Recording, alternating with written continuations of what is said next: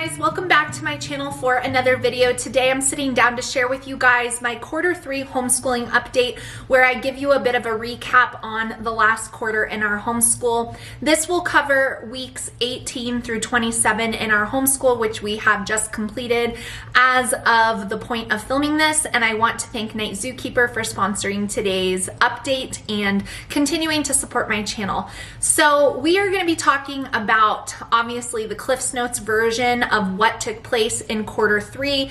I have done these updates on my channel for forever, so if you want to go back and check out the playlist, you can hear basically the highlights or the things that I remember of every quarter. They're kind of all over the place and definitely very chatty, so if you guys enjoy listening to me drone on and on, then you will enjoy this update. I do have notes in my phone that I will be referencing, so keep that in mind.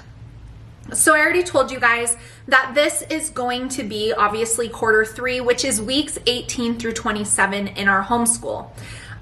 So for Q3, there seems to be a unanimous feeling, and I have definitely been a part of this feeling of the third quarter blues. It's like after the holidays, before the spring, it's gray, it's usually rainy, it's wet.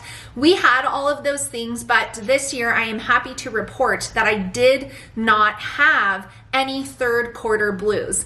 And I honestly don't know exactly why. I don't know why it didn't feel that way for me this year. There were definitely days where I felt the monotony, and it wasn't like a discontent with monotony, because I also really thrive in routine and doing things the same way and just having a simple, like nothing extra going on type of season. I do enjoy that. But I was getting ready, like feeling that itch to want to be like, ooh, I want to go out camping. Ooh, I want to go hiking. Like, you know, the sun, I want the sun to come out. Those were all things that I was feeling, and I think my kids were feeling too, but we really didn't hit any like low points in Q3, which I'm really grateful for, because I have experienced that in years past.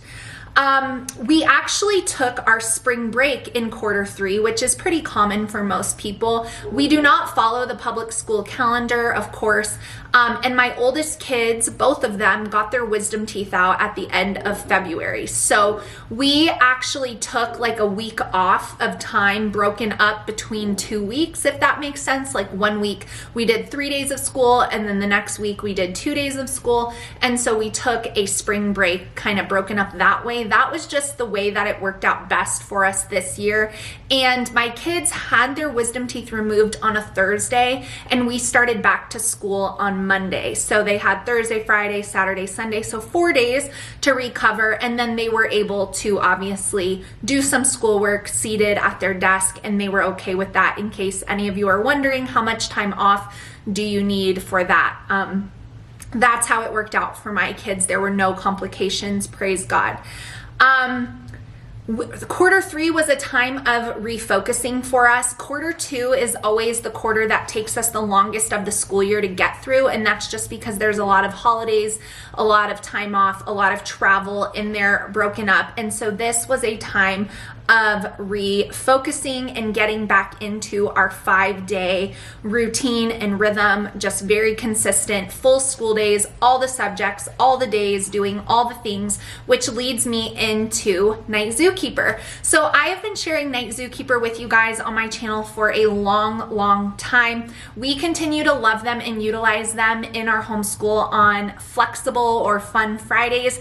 It's an additional supplement in my homeschool to support my daughter's language arts curriculum. She loves getting on Night Zookeeper and reviewing concepts and practicing things, and honestly just having fun that we have been working on in language arts. If you guys have never heard about Night Zookeeper, they are an award-winning creative writing platform for kids ages 5 through 12, and they have tons and tons of interactive games focusing on all different components of language arts, from spelling to grammar to sentence structure to punctuation to creative writing. There are endless ways for your child to explore on Night Zookeeper, all the while practicing those language arts concepts and being creative and having so much fun.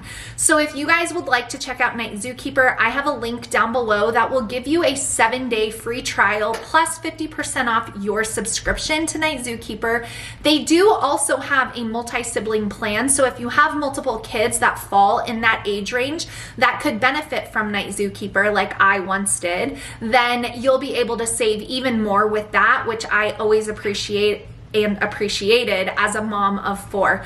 So Night Zookeeper is so much fun. And as we head into summer, I just really want to highlight keeping your kids engaged in some way and not just letting them, you know, be on apps and different things for endless amounts of hours, and then to use the screen time that they do get in a constructive and educational way. Night Zookeeper can be played on a computer. It can also be played on an iPad or a tablet. So if you're traveling or doing anything like that, you can take it with you as you go. So make sure you guys check out the links to Night Zookeeper. I know you will love it, and I know your kids will too. And if you're wondering how we incorporate it on Fridays in our homeschool, and my daughter absolutely loves it. And that has been a part of quarter 3 because we've been back to doing all 5 days of the week. In quarter 3, my oldest daughter finished another college course with her dual enrollment with Grand Canyon University. She took Psychology 102 and she got an A in that class, and she enjoyed that a lot. So that was really exciting for her. In quarter 3, we also did a few field trips. One of them I actually planned, and that was to our local Christian radio stations. I don't know what you would call it, like their office where the satellites are, where they talk on the radio show, all of that. And let me just tell you guys how fantastic this field trip was. The guy that was in charge of it was retired law enforcement, and then he went in to be like the community outreach manager or whatever. They were so great. They were so wonderful. They took so much time. All of my kids went, my oldest daughter down to my youngest, plus the other kids in our homeschool group. There was a wide age range. It was maybe like 9 or 10 all the way up to my daughter who was 16 at the time. And he was just so sweet. They did not rush us. We spent hours there. They actually got to go on air and be on the radio. And then when we were driving home, he told us what time it would be on, and we were on there, and some of the other kids were, and it was just a really sweet time. They also told us that they hadn't had a field trip group come through since before 2020 when everything shut down. And so that was like really sad to me that no one has taken a field trip there. Obviously it's a Christian radio station, so public school wouldn't go, but there are Christian private schools in our area and no one had gone to see them. I just thought that was so sad. But we had a wonderful field trip. We really loved it. We've listened to their station for years and years and years, and so it was really fun.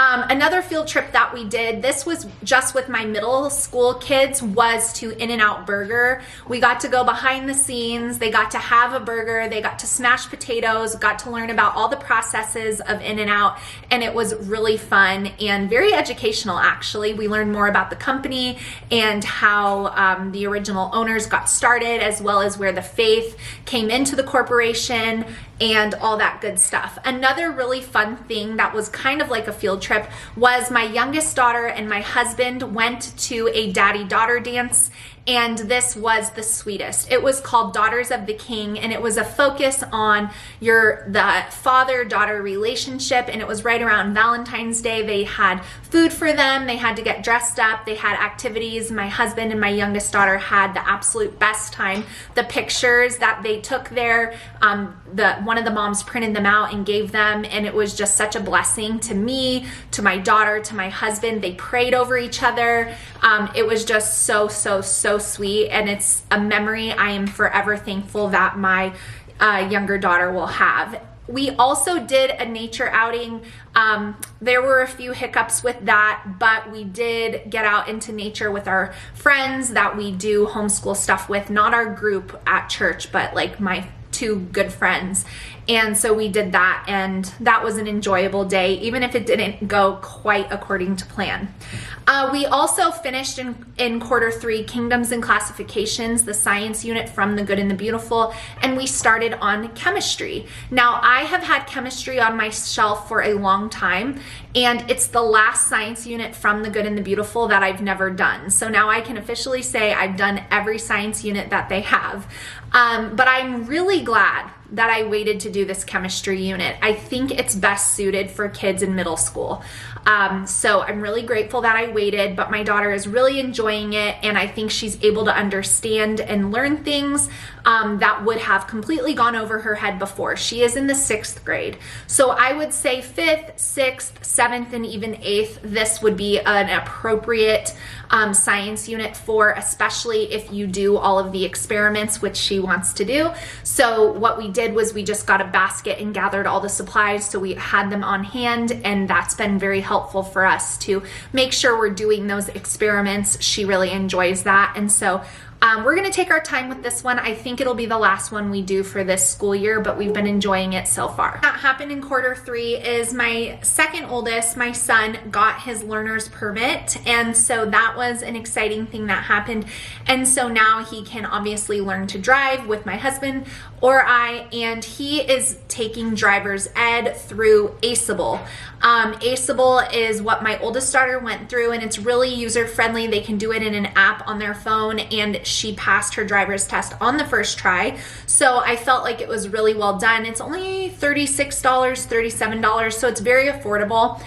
So if you guys are thinking about that, you do need to see if your state is licensed with them, because there's something with that. But so he began working on that in quarter 3. I got all of our curriculum for next school year ordered in quarter 3, which I know sounds like super crazy, but here's the thing. Number one, when we take a break for summer, I really don't want to have to do homeschool mom stuff, so I like getting all that done early. Also, it's a part of my job to share curriculum with you guys, so I do need to do it a little bit early before everyone else kind of wants to make their decisions. Thirdly, there were some really good sales that I took advantage of, and so I'm grateful to have that all done. On the note of curriculum, though, I have really been struggling to find books for my oldest daughter to read. So she has read, like most recently, all of James Herriot's books that were like his treasury, his collection. Before that, she read all of Hunger Games. Before that, she was reading, I can't remember what she was reading before that, but I'm just talking about like books that she could enjoy reading. She is 17. And so it's like young adult books are a little juvenile for her, but like adult books, it's really hard. So if you guys have any older kids, let's say 16 and up, that have recently read a book, girls, that they really enjoyed, please leave me a comment down below, because it is getting really hard to find books for her to read. I shared this, I think, in another video. Oh, it was in my membership. See, sometimes I think I say things and then I don't. In coming up for the next quarter, my kids are going to have their high school formal. The theme this year is 1920s. So we ordered their stuff that they're wearing because they are required to dress up. My son was a little embarrassed by that. My daughter wasn't quite into it. They both wanted 1970s to win as the era, but it did not receive the most votes, so they're being good sports. I found their stuff on Amazon, so I think it's a fun thing to do a theme for a high school formal, and so they're gonna go to that in quarter 4, but I ordered their things for that in quarter 3, which is exciting. So I think that's everything that I wanted to really highlight for quarter 3 updates. Like I told you guys at the beginning, it's really been a time of focus and just getting things done and working really hard and being very diligent, starting school on time, doing all the things, just really focusing again after the holidays, and it's been very good, and we've accomplished a lot, and we've had a lot of fun and made a lot of memories, and now we are ready to finish out this year. Quarter 4 is obviously the last quarter for this homeschool year, and every year I say it, and I probably always will. I can't believe we're already to quarter 4. But we're here. So here we go. We're going to finish out our year, and then next year will be the very last year that I am homeschooling 4 kids. My daughter will graduate next year, which I have recently filmed a few videos about, and I have to do that when I'm feeling strong, because I go through extreme waves of grief and sadness and mourning, and then also excitement and joy and like all that. It's like a tidal wave. And so when I'm doing okay and I can get the sentences out, then I want to share kind of where I'm at and what I'm thinking and those things. So if you have older kids, there's some stuff that I'll be sharing on this side of my channel, but I did put like sit down, like a candid talk with her in my membership. So if you're wanting to maybe watch that, that lives over there. But yeah, I've been doing okay with talking about it, and some days I have really sad days, and other days I'm okay. So I'm just allowing myself the space to feel how I feel, and nobody can tell me anything that's going to change the way I feel. No one's saying like, oh, well, you know, on to the next, or everything has a season, or anything like that. Like, none of that's encouraging. So I'm just going to have to feel it and process it. And that can be hard. So I've been doing a bit of that as I navigate, you know, thinking about that, like planning for her last year. It's been a lot. So anyways, that's everything that I wanted to share in this quarter 3 update. If you guys have any questions for me, leave them down below. Don't forget to check out Night Zookeeper. I'll leave the link down below for you. You don't need a code. Just click that link and that'll automatically give you that 7-day free trial, as well as the 50% off. Thank you so much for watching. Please give me a thumbs up if you enjoy chatty updates like these on my channel versus just vlogs and day in the lives. Like, if you enjoy hearing me talk about homeschooling, let me know, leave me a comment. All that stuff is really helpful, and it's a free way to support. Thank you so much for watching, and I'll see you guys again soon. Bye.